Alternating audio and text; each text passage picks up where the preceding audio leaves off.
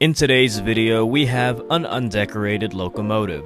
Obviously, it wasn't going to stay like this forever, so stay tuned till the end of the video for the results of the project. First off, I unscrew the coupler boxes so that I can remove the shell to prep for painting.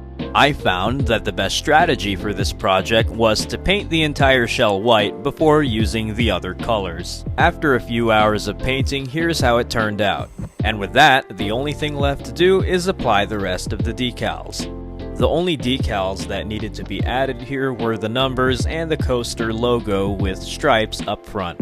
I chose to use the number 2105 as a little nod to the real-life coaster locomotive that is now at the Southern California Railway Museum. I did use quite a bit of microset, so we're just getting the excess liquid from under the decal. To ensure that all the decals stay on, I dabbed some dull coat over them. After hours of work, here is the finished result. It may not be 100% accurate, but I still think it looks great.